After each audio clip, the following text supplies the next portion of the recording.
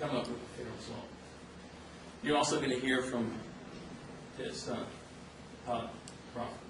And his testimony won't be lengthy, but he'll tell you that he's seen a change in his dad since the accident, and that he's had to take on more responsibility around the house to do those types of things because his father isn't able to do those things.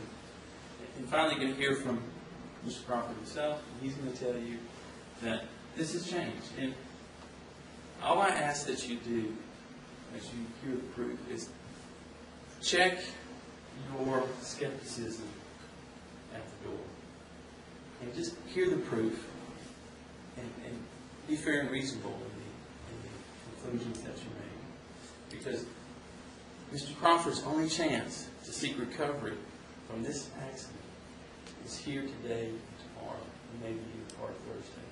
And that's it. And then he's got to live with all of this in the future. So I appreciate your time.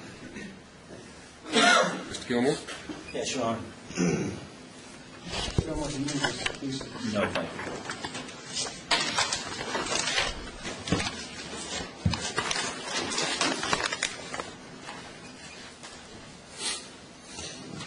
Ladies and gentlemen, Brad Gilmore again.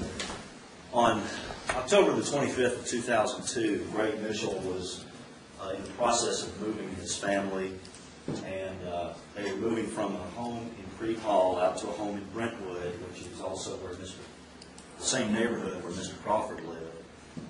And Mr. Mitchell had dropped off a load of furniture. He was in the Suzu Trooper, dropped off a load, and was coming back north on Hillsborough Road toward Old Hickory Boulevard. He didn't have any furniture in the car with him at the time, and he, by accident, rear-ended Mr. Crawford. And as you've heard, that is conceded. Now, after the accident, first of all, Mr. Freeman showed you a picture of Mr. Mitchell's vehicle, and that is a correct vehicle, a correct picture. I'd like to show you a picture of Mr. Crawford's vehicle, portions of it. This is a picture of the rear of Mr. Crawford's vehicle, and this is a picture of the front of Mr. Crawford's vehicle. And you heard that Ms. Gross was in front of Mr. Crawford, and Mr. Crawford did hit Ms. Gross. And we don't dispute that. And we don't dispute that there was some car damage. A couple of other facts that you may want to be aware of. No vehicle spun around. You saw in Dr. Howell's note that Mr. Crawford told Dr. Howell that Mr. Mitchell was going 65 miles an hour, and we certainly don't agree with that. I think the evidence from Mr. Mitchell will show that he was going about 40 to 45, and that he braked. He attempted to hit his brakes and skidded before the impact, which would slow down the force of the impact. No vehicle spun around. All the vehicles stayed in the same lane of traffic. Mr. Crawford did not hit his head. Nobody's airbag deployed. Nobody lost consciousness. After the accident, the police were called. Nobody went in an ambulance anywhere. The first doctor, I believe the proof will show that Mr. Crawford actually saw was Dr. Parsons. Mr. Freeman has referenced Dr. Howell. But Dr. Howell didn't come into the picture until about a month and a half later, a month and a half after the accident. On October the 29th of 2002, 4 days after the accident, Mr. Crawford went to Dr. Parsons. Dr. Parsons is out in Franklin. He's an orthopedic surgeon. He saw Mr. Crawford for 3 or 4 times, and you will hear his video deposition. Basically, he found no injury, no objective injury that's attributable to this accident. He ran a high-powered study on Mr. Crawford's low back, which is called an MRI scan. We've all heard about MRI scans. And an MRI scan, you'll hear, basically takes a picture of the bones and the discs in the back. And all the medical proof, whether you take Dr. Parsons, who we first saw 2 or 3 times, Dr. Howell, who we then saw, or Dr. Weiss, who did review this case at my request, all of the medical proof is in agreement that the only objective thing wrong on any of Mr. Crawford's studies is what's called degenerative problems. We all, as we get older, we have degenerative changes in our spine that take place. Mr. Crawford's in his 50s.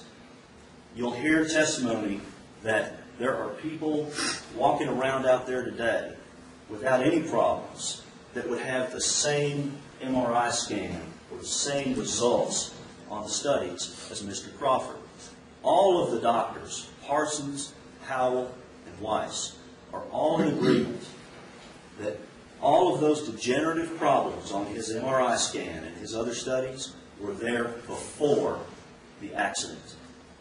The only thing that is attributable to this accident is what is called subjective complaints. Now, you'll hear this from the doctors, and you'll hear it in Dr. Howell's deposition. Subjective in the world of medicine as it relates to spinal problems means that there's the only evidence of a problem is that the patient says, "I hurt." That's the only evidence of a problem, is what the patient says. The doctor has to rely on what the patient tells the doctor he feels. There's no way to measure it, no way to verify it.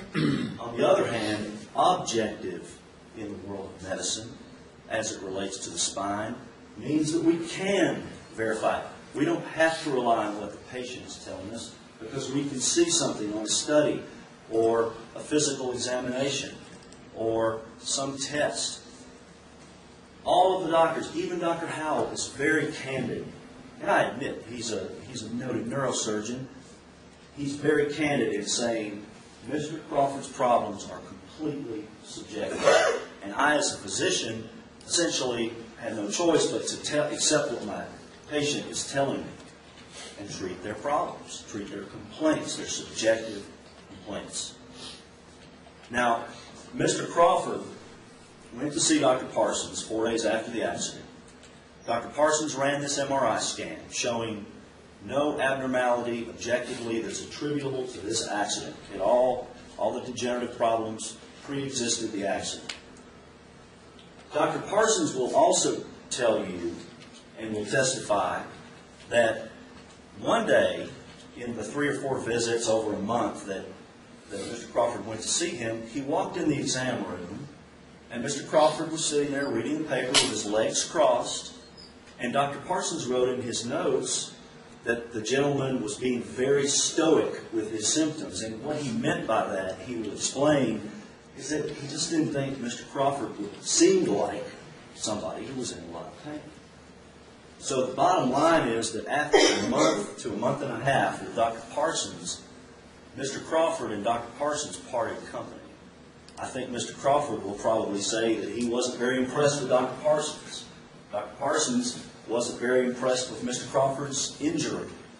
Dr. Parsons wrote in his notes that things indicating that Mr. Crawford was talking to Dr. Parsons about making a legal claim, even that early, even a month after the accident.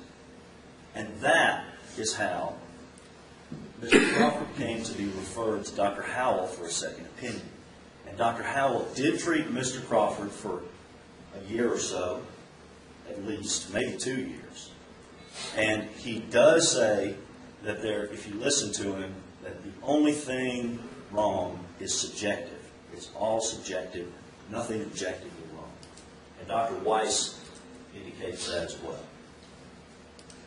Now, in view of all of what I've just said, as you can imagine, a lot comes down to how much you believe about the amount of subjective pain Mr. Crawford is in. You've seen the pictures. He has sued my clients for $500,000. And we do have a surveillance tape. And I think you'll find it relevant. And it was taken on May 1st of 2003, which is about 6-7 months after the accident.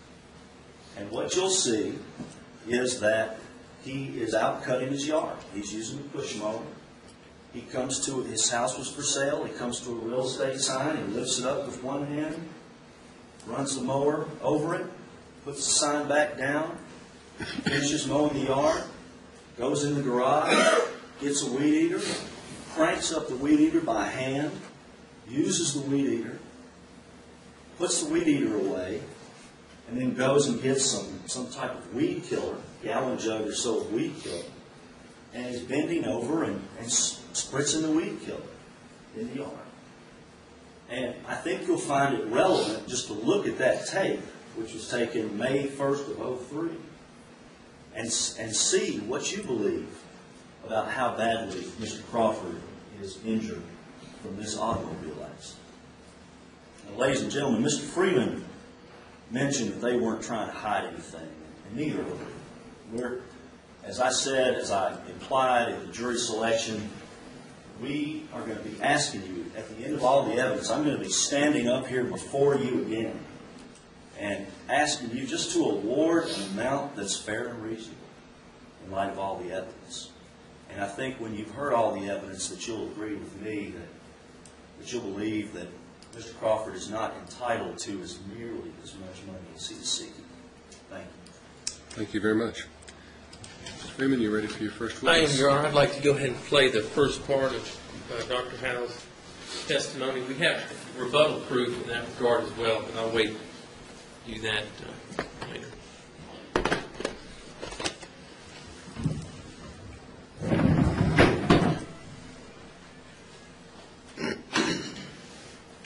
Cue Dr. Brown. It is ready to go.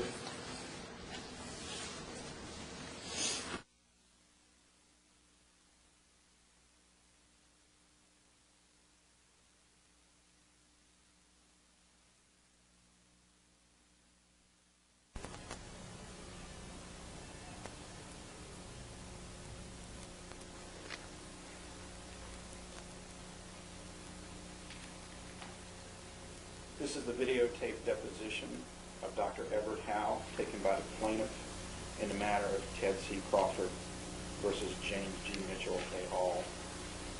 This deposition is being held at the offices of Dr. Everett Howe, Nashville, Tennessee, on August 31st, 2004. Present along with Dr. Howe is Jamie Monachino, the court reporter of the firm of Carroll Briggs & Associates. Can you all hear that? Apparently we're having a hard time with volume on it. Is that a video or DVD? It's a video. Yeah. It's an audio then coming out of the tape itself. That's not the problem with the equipment then. Hopefully the turbine doesn't kick on again. I think we've got this turned up as much as we can for you. Counsel will please now identify themselves, their firms, and the parties they represent. I'm Mark Freeman, and I'm here on behalf of Ted Crawford. Brad Gilmore for the defendants, Gray, Kelsey Mitchell.